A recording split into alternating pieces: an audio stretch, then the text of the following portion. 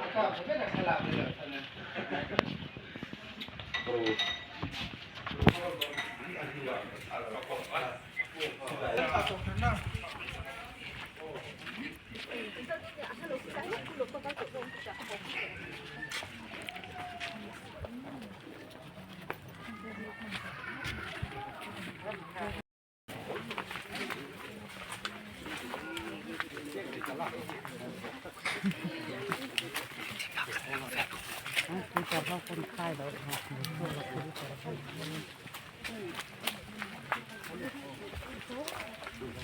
เดี๋ยวก็ขับเป็นบันจักรยานโย่มันเรียกกันกระโม่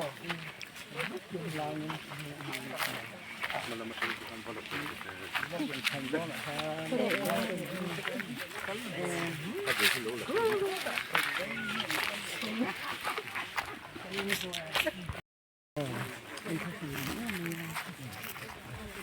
ับเขาจะตัวต่อ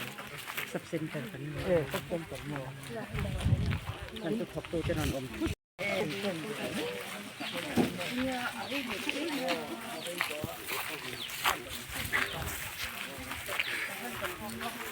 อัลคูเบมาอัม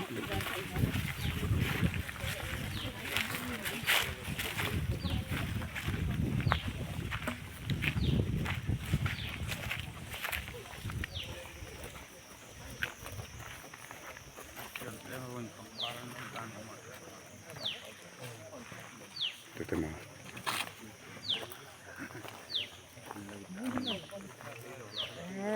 Ini parley atar.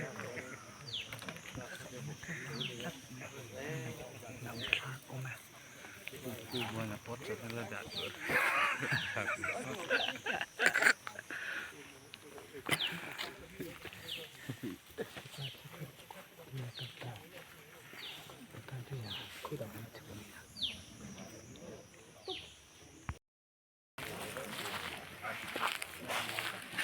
Kau Hãy subscribe cho kênh Ghiền Mì Gõ Để không bỏ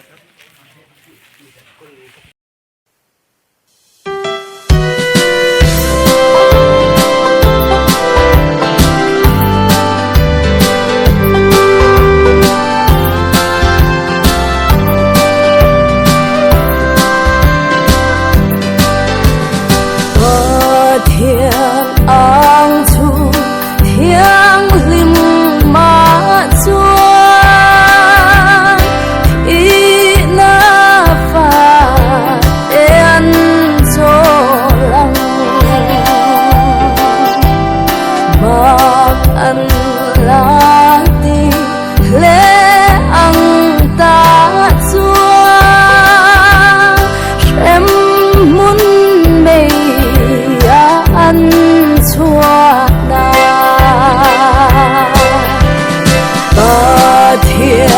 ฟ้า